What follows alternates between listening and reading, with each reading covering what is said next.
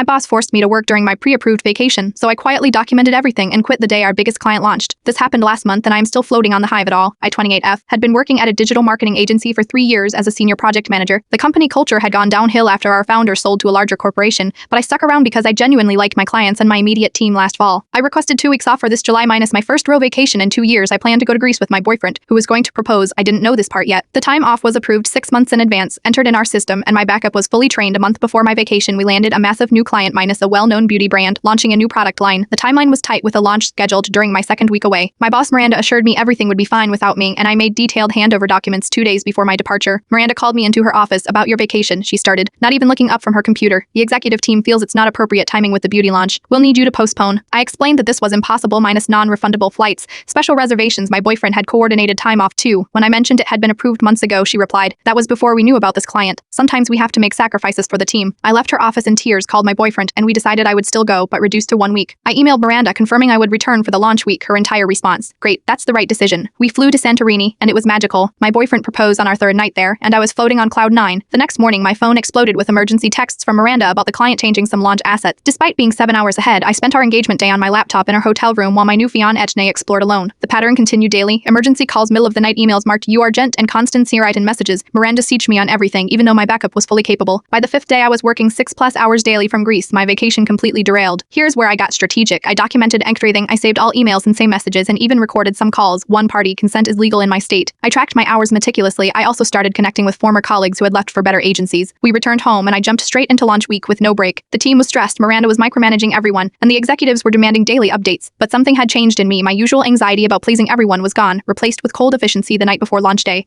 Everything was finally ready. Miranda sent a team email praising everyone's dedication, particularly noting how I had stepped up during a personal vacation to ensure client success. The executives added their congratulations, mentioning they value team players who make sacrifices. I had accepted a role at a competitor agency with a 25% salary increase. The look on her face was worth the ruined vacation. You can't leave now, she sputtered. The client will need ongoing support. I smiled and placed a folder on her desk. This contains documentation of the 42 hours I worked during my approved vacation, including in the middle of the night after my engagement. I've calculated the overtime owed to me based on my contract. I've also included testimonials from 5 other team members about similar experiences. Miranda turned pale. Here is no need for this. Let's discuss a counteroffer. I am not interested, I replied. By the way, I forwarded this documentation to HR and the executive team along with my exit interview notes detailing how this management approach has driven away 6 senior staff in the past year. I walked out, emailed my final handover notes to my team, and turned in my laptop to ABAR. 3 days later, 2 things happened. I received a check for my documented overtime, and I learned Miranda had been placed on administrative leave pending an internal review.